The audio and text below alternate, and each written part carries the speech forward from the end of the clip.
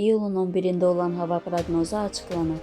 Milli Hidrometeorologiya Xidmətinin məlumatına görə, Bakıda və Abşeron yarımadasında hava əsasən yağmursuz keçəcək. Mülayim şimal-qərb küləyi əsəcək. Havanın temperaturu gecə 20-24 dərəcə, gündüz isə 31-36 dərəcə isti olacaq. Atmosfer təzyiqi 759 mm civə sütunu, nisbi rütubət gecə 71-80%, gündüz 50-60% təşkil edəcək. Azərbaycanın rayonlarında əsasən yağmursuz hava gözlənilir. Lakin gündüz bəzi dağlıq ərazilərində qısa müddətli yağış, şimşək və dolu ehtimalı var.